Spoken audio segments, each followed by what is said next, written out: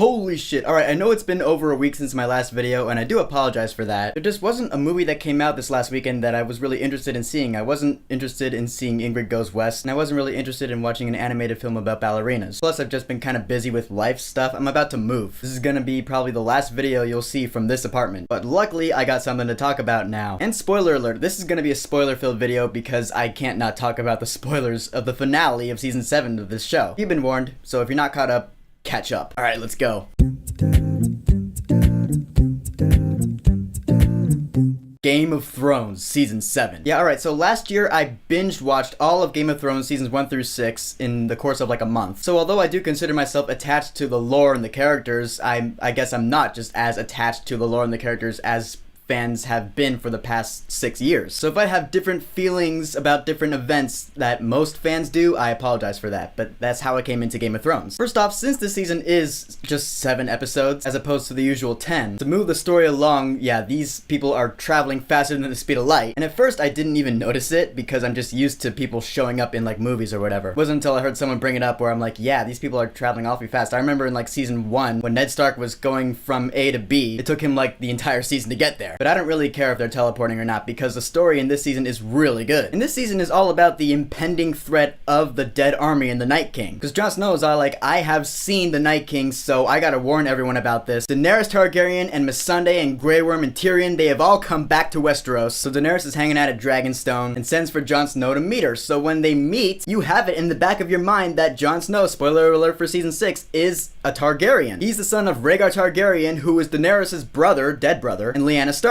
He is of both houses. He is the wolf and the dragon, hence the title of the last episode. So you have it in the back of your mind that Daenerys is Jon Snow's aunt, while these two, they don't like each other at first, but they grow closer together to the point where at the end of the season, they're getting it on. Which is weird because when Bran was revealing it as they were getting it on, it was like, holy shit, it's like this big reveal. I mean, I don't know about you, but I assume that most Game of Thrones fans have assumed that Jon Snow is the son of Rhaegar Targaryen and Lyanna Stark for about a year now. So when he's revealing this information, I was like, I've known this for a year. And still, no one knows yet, except for Sam now. Yeah, Jorah finally came back to Daenerys after being cured by Sam in Old Town. And you remember in my video about Game of Thrones I made last year, I said that if Jorah ever gets cured, I think he and Daenerys might finally actually hook up. Yeah, that just didn't happen. I'm still rooting for them though, because when Jon Snow finds out, he's gonna be like, oh yeah, okay, never mind about this. Or maybe not, because that's just what Targaryens do. Incest. It's real. Let's jump over to Cersei for a bit, because Cersei, holy shit, is she a conniving douchebag this season. Which is weird because, when Cersei was crowned as queen at the end of the last season, I was like, alright, I want to see Cersei do some horrible things and just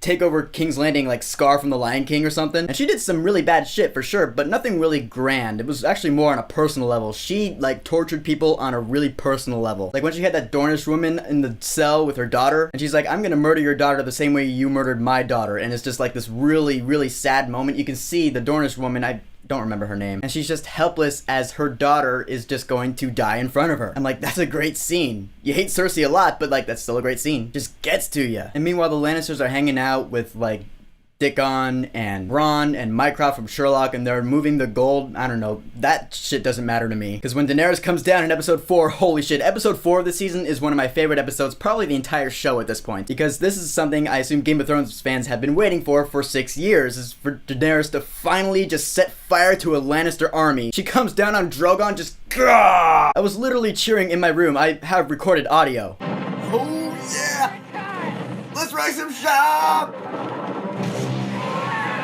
I like to record my reactions sometimes. But yeah, that shit was fucking awesome. And not only that, but this episode had another one of my favorite scenes, is the scene where Arya was sparring with Brienne. I don't know why, there's something about that scene I just really genuinely love. It shows me how Arya has really evolved. Brienne's just beating the shit out of Podrick, and Arya's like, oh, let me try. And they're really an even match for each other. I loved it. She surprises the hell out of Brienne, who Tormund still has the hots for. That's not happening. Let's get to the finale now, or actually let's talk about that second to last episode. The whole Magnificent Seven thing where Jon and his crew go out into the winter, and they're surrounded by all these White Walkers. And Daenerys comes in and saves them all by setting fire to them. But then the Night King actually just gets an Olympic gold medal for throwing one of those javelins at Viserion. In the show, I never thought the show would ever go there. The thought just never crossed my mind. The thought never crossed my mind of having a zombie undead dragon. Holy shit. So the finale has a lot of stuff to talk about. I'll start off with Littlefinger because Peter Baelish, that fucking guy got what he deserved. I loved him as a character. Like, he was a great, like, little weasel just whispering in Sansa's ear, ooh, yeah, Arya's doing bad shit. Anytime Baelish was talking to Sansa in this entire season, I was like, dude, Baelish, just get the fuck out of here. No one wants you, dude. No one likes you. Just get out of here. And there's a point in the finale where he's whispering in her ear so much that you actually start to believe, or I started to believe anyways, that she was actually kind of falling for it. And then at that court case where it looks like she's gonna have Arya on trial, Sansa's sitting there, she's all like, okay, you have been accused of murder and treason. How do you plead for these charges? And she turns, she's like,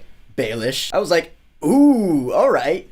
Sansa, smart chick. And it gets to the point where Baelish just has nothing. It was kind of gratifying. No, it was really gratifying to see him so helpless because we've never seen him like that before. You know how he's all like, fight every battle in your mind always. Yeah, I bet you didn't see this battle coming. You have nothing. And he's on the ground, on his knees, just begging for mercy. And Sansa's like, no. Sorry. And Arya just goes right up to him and goes, slices his throat. He's dead now. I was like, good riddance, because I wanted him to die. That being said, I'll miss Aidan Gillen as Peter Baelish. He was a great character. He was just that little weasel, and he was really good at it. But yeah, I'm glad he's dead. Also in the finale, we finally have the meeting of Daenerys Targaryen and Cersei Lannister. Jon Snow is like, look, we all gotta join up together because the White Walkers are coming and they're gonna kill us all. We've known this for years. But Cersei, being that conniving douchebag that she is like, okay, yeah, I'll agree to team up with you if you bend the knee to me afterwards. I think that's what she said. But Jon is like, no, I can't do that. I already pledged my allegiance to Daenerys. But after talking things over with Tyrion, she comes back and she's all like, alright, you know what? I'll team up with you anyways. Should have known she was lying about it. That scene where she's talking with Jaime and just pretty much revealing to all of us just how much of a cunt she is. You're like, yeah, Daenerys should be the rightful queen of the Seven Kingdoms. But what I didn't see coming is that, and I didn't put this together in my head, when Bran is spilling the beans about Jon Snow's actual lineage, first of all, he reveals his true name is Aegon Targaryen, which, alright, cool. But what I did not put together is, holy shit, he is actually the heir to the Iron Throne. Holy shit, he is actually the one who should be king right now. King of the Seven Kingdoms. And if anyone is, like, the best person to lead Westeros into a better future, it is him. The dude's the Captain America of Westeros. Good morals no matter what. Of course, he doesn't know that yet because he's too busy having sex with Daenerys. No, that's not actually why. But I just wonder how early in the next and final season is he going to learn that? Because we really gotta move the story along here. There are a lot of things to wrap up. And this season ends with the wall. The undead army marches upon the wall, and you know the end of last episode. We got an undead dragon now, so like the army marches upon the wall. I was like,